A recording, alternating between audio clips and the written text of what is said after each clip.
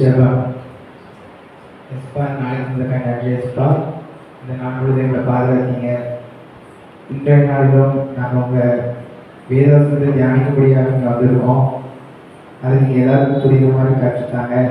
என்னை மறத்து நீங்கள் பேசுங்க. ஏசிமெல்லாம் சொல்லிக்கிறேன் நடத்துதாவே. ஆமாம்.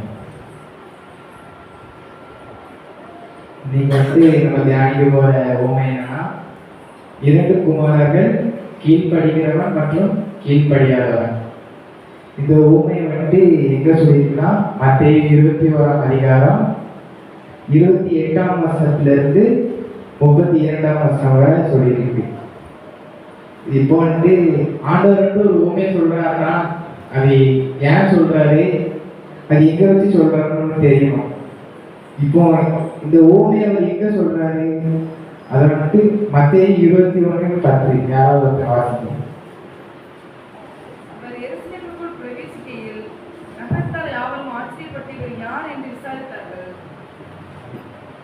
எங்க உண்மையை சொல்றாரு, எருசலேம் நகரத்தினவர் சொல்றாரு. இப்போ எருசலேம் தேவாலயத்துல சொல்றாரு. அது எங்க சொல்லியிருக்குன்னா, மத்தேயு 21:23 சொல்லியிருக்கு. அது என்ன சொல்லியிருக்கு, அவர் தேவாலயத்தில் உபதேசம் பண்ணுகையில் அப்படின்னு சொல்லியிருக்கு. அவர் எருசலேம் தேவாலயத்துல உபதேசம் பண்ணதுலதான் இந்த ஊமையை சொல்றாரு. அது யார்கிட்ட சொல்றாரு அப்படின்னா, அதே வசனம் தான் சொல்லியிருக்கு. பிரதான ஆசாரியரும் ஜனத்தின் மூப்பரும் அவரிடத்தில் நீ எந்த அதிகாரத்தினால் வேலை செய்கிறீர், இந்த அதிகாரத்தை உமக்கு கொடுத்தவர் யார் என்று கேட்டார்கள். அப்படி இந்த ஊமையவர் யாருன்னு சொல்றாருன்னா, பிரதான ஆசிரியர்கிட்டையும் ஜனத்தின் மூப்பரையும் சொல்றாரு. இப்போ இது இந்த ஊமையை ஒரு காரணமா சொல்றாரு. இவங்க ஜனத்தின் மூப்பரும் இவன்ட்டு கேட்காங்க, எதுக்கு இந்த அதிகாரத்தான் நீங்க செய்யுங்க. இப்போ இவங்க எதுக்காக இந்த கேள்வியை கேட்கிறாங்க அப்படின்னா, மத்தேயு 21:19 வாசிங்க.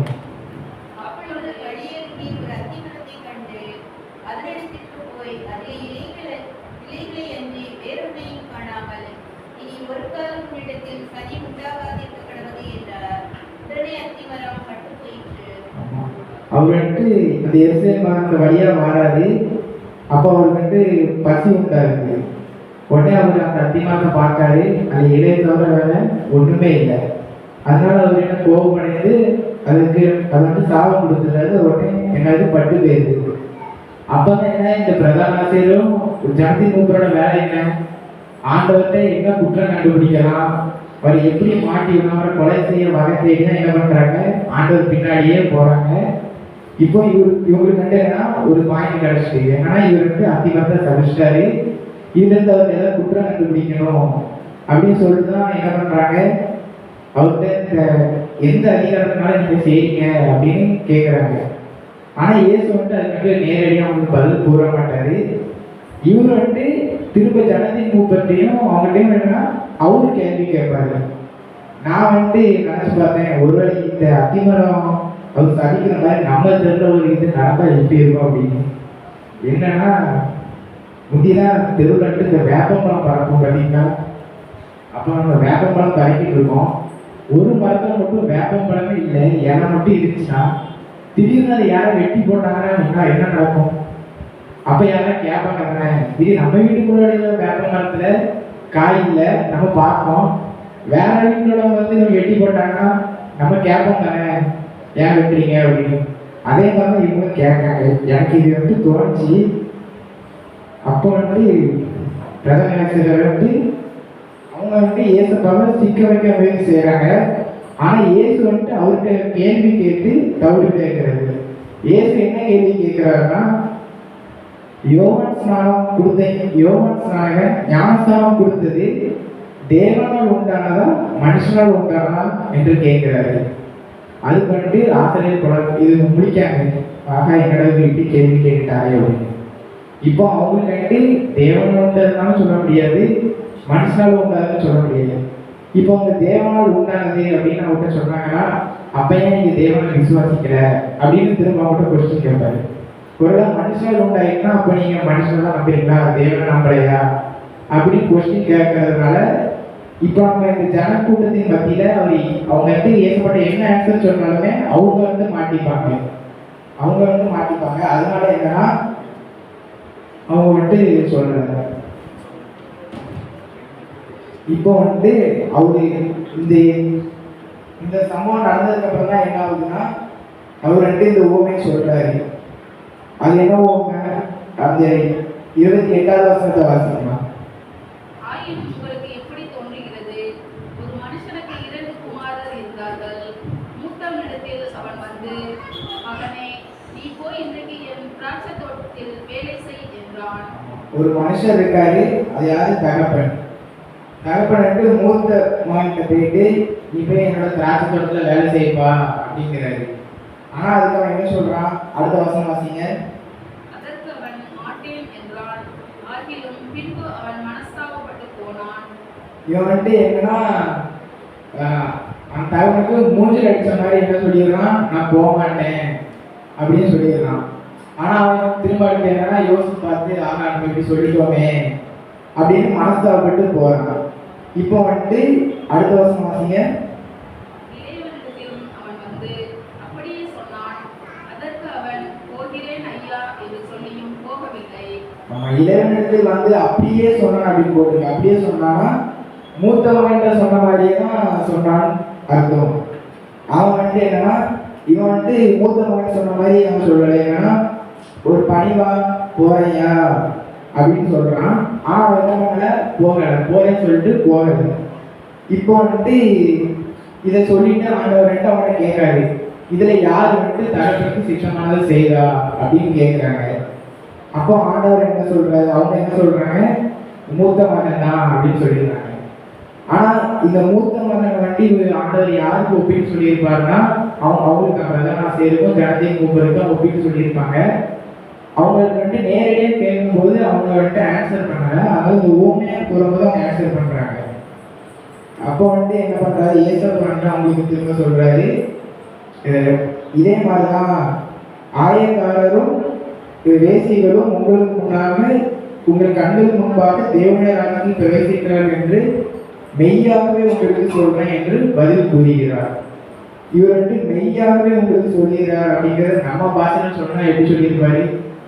நான் அடிச்சு சொல்றேன், அவங்க பரவலத்துக்கு பிரவேசிக்கிறாங்க அப்படின்னு. இப்போ இதுல இந்த தகப்பன் யாரோட நம்ம கம்பேர் பண்றோம்னா பிதாவை நம்ம கம்பேர் பண்ணணும்.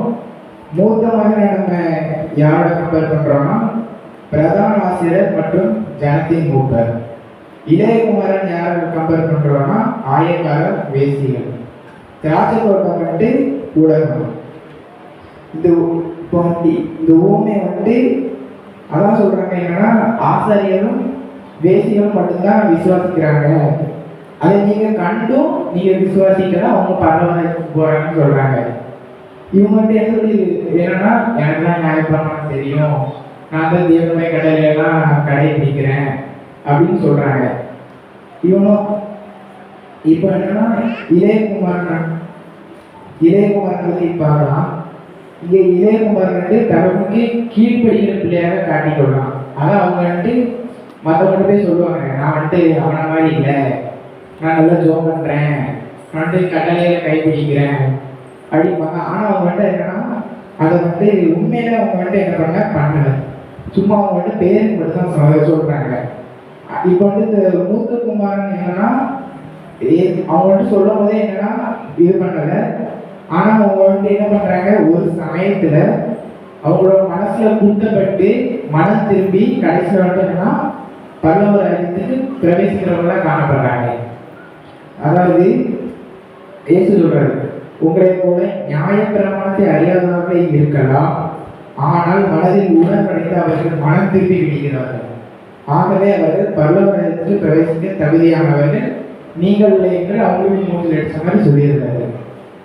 இப்போ இந்த ஊமை மூலம் நம்ம கற்றுக்கொள்கிற காரியம் என்னன்னா, நம்ம ஒரு சபை விசுவாசிகளா இருக்கலாம், குருவனாக இருக்கலாம், சபை உடையதா இருக்கலாம், குரலை ஞாயிற்படி ஆசிரியரா இருக்கலாம், கமிட்டி மெம்பரா இருக்கலாம், இல்லை இன்னும் கூட கீபோர்டு போடுறாங்க இருக்கலாம்.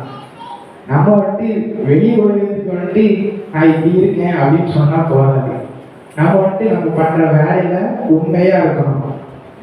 நம்ம வந்துட்டு இப்போ யோசித்து பார்க்க வேண்டியது, நம்ம மூத்த குமாரனா இருப்போமா இளைய குமாரனா இருப்போமா? ஆனா நம்ம வந்துட்டு நிறைய நேரத்துல என்னன்னா இளைய குமாரன் மாதிரி தான் இருப்போம். நான் டெய்லி கோயிலுக்கு போறேன், பிரசங்கம் கேட்டேன், நான் வந்துட்டு அப்படி நான் அதெல்லாம் உபவாசம் இருக்கேன் அப்படின்னு தான் சொல்றோம். ஆனா வந்து என்னன்னா நம்ம வந்துட்டு சில நேரம் இளைய குமாரனா ஆயிடும். இப்போ வந்துட்டு இப்போ நம்ம என்னன்னா இப்போ ஒரு கீழ்படியாத இருக்கும் அப்படின்னா ஒரு டைம் நம்ம வந்துட்டு என்னைக்கா ஒரு மனசுல குத்தப்பட்டு நம்ம தேவன் என்ன சொல்றாரோ அந்த சித்தத்தை நம்ம செஞ்சோம்னா நம்மளுக்கு என்னது பல்லவராஜ்யம் கிடைக்கும். ஆண்டவர் வந்து எதுக்காக உண்மையை சொல்றாங்கன்னா நம்மளாம் பல்லவராஜ்யத்துக்கு போகணும் அப்படிங்கிற அந்த எப்படியாவது பேரணும் அப்படிங்கிறதுக்காக ஊமையெல்லாம் கூப்பிடுறாரு. சரியா? இப்போ வந்து இதோட மைய கருத்து அப்படின்னா அதிகாரம், அந்த இதுதான் மைய கருத்தை வச்சு ஆண்டவருக்கு கூறுறாரு. அதாவது எப்படின்னா அவங்க ஜனத்தின் மூப்பரும் அவங்க வந்து என்ன எந்த அதிகாரத்தினால செய்றீங்க அப்படின்னு தான் அவங்களும் கொஸ்டின் கேட்பாங்க. அதுலேயும் அதிகாரம் இருக்கு. இவங்க ஏசப்பா திருமணங்களை கேட்கும்போதும் யோவான்ஸ்னாலே எந்த அதிகாரத்தின அந்த இதுதான். அதனால இதை வந்து அதிகாரம் அப்படிங்கிறத மைய கருத்தா ஏசப்பாட்டு சொல்றாங்க. இந்த அதாவது யோவான்ஸ் மாணவன் வந்து மக்களிடம் போயிட்டு அதிகாரம் இல்லாம மக்கள்கிட்ட போய் சுவிசேஷம் சொல்றாரு. அப்ப என்ன பண்ணாங்கன்னா ஜனத்தின் மூப்பர் ஆசாரியர் இவங்க வந்துட்டு என்ன பண்ணல, அவங்க அந்த வசனத்தை வந்து ஏற்றுக்கொள்ளல. ஆனா அப்ப என்ன பண்றாங்க, ஆயக்காரும் பேசிகளும் அவனோட சுவிசேஷத்தை ஏற்றுக்கொள்றாங்க. இப்போ வந்து இயேசு கிறிஸ்து அவர் 3 வருஷம் ஊழியம் பண்றாரு. அப்போ வந்து அவர் ஒரு அதிகாரத்தோட ஊழியம் பண்றாரு. அப்பவும் என்ன, நீங்க என்னோட சுவிசேஷத்தை ஏற்றுக்கொள்ளல அப்படிங்கிறாங்க. அப்பவும் யாரை ஏற்றுக்கொள்றா? ஆயக்காரரும் பேசிகளும் தான் அவரை ஏற்றுக்கொள்றாங்க. அதே மாதிரி அந்த ஊமையிலும் தகப்பனுக்கு அதிகாரம் உடையவராக அவங்க 2 குமாரட்டையும் சொல்றாங்க. அவங்க சொல்றது தகப்பனுக்கு அதிகாரம் இருக்கு, ஏன்னா அவங்க குமாரட்டாவும் சொல்றாங்க.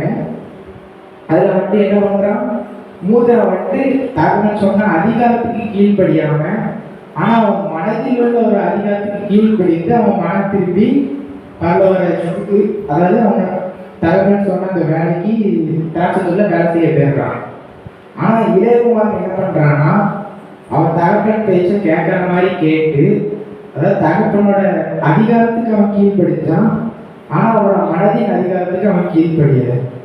அது போல அதாவது நம்ம வந்து பிதாவோட அதிகாரத்துக்கு கீழ்படுகிறோம் அப்படின்னு நினைச்சிட்டு இருக்க கூடாது. நம்ம வந்துட்டு அது உண்மையாவே நம்ம என்னன்னா அந்த நியாயப்பிரமாணத்தை கடைபிடிக்கணும். அப்படி ஒரு கீழ்படிதான் நம்ம என்ன பண்ணுவோம், பல்லவராஜ்யத்துக்கு போக நம்ம வந்துட்டு தகுதியானவர்களா இருப்போம். இதைத்தான் ஆண்டவர் என்ன பண்றாரு, இந்த உவமையின் மூலமா நம்ம கூட வர்றாரு. கர்த்தர் தாமே இந்த வசனங்களை ஆசீர்வதிப்பாராக. ஆமென். ஜெபம்.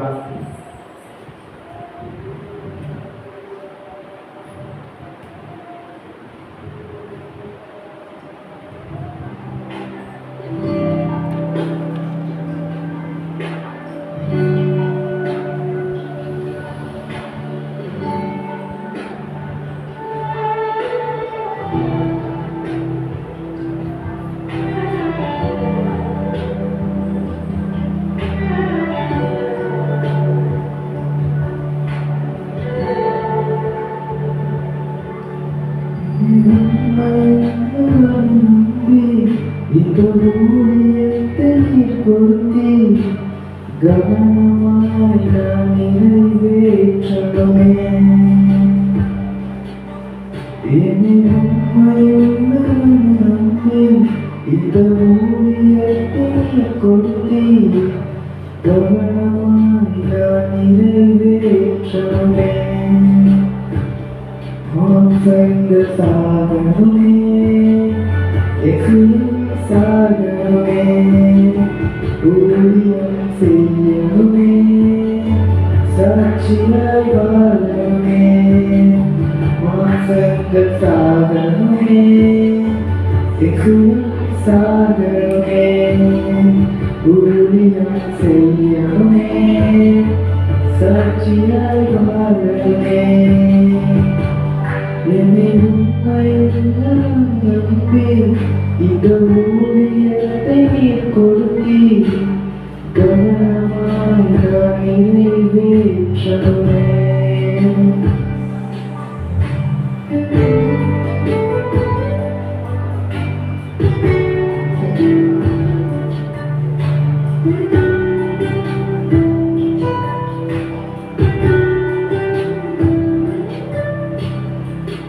இதை வைத்து என்னை இவ்வளவாய் நம்பினேன்.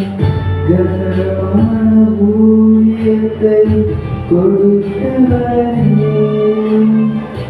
இதை வைத்து என்னை இவ்வளவாய் நம்பினேன். கனமான ஊழியத்தை கொடுத்தவரே, பரிசுத்த ஆவியால் நிரப்பிடுமே.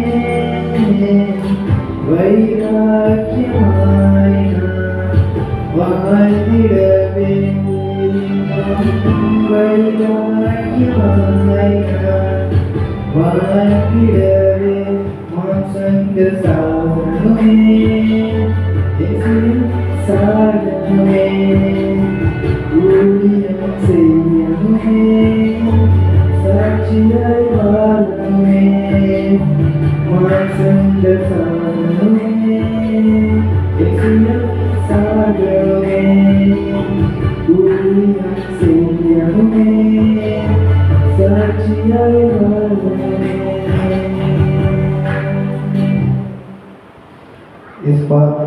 இதனால நம்ம தியானிச்சுவோமே. எல்லாரும் புரிந்து கொள்ள நீங்கள் உதவி பண்ணுங்க.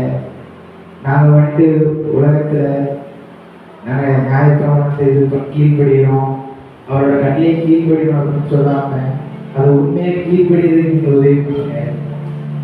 நாங்கள் வந்துட்டு வெளியே நாங்கள் வந்துட்டு எல்லாருக்கும் சொல்லிட்டு இருக்கோம், நான் கோயிலுக்கு போகிறேன், பிரசமாக கேட்குறேன் அப்படின்னு.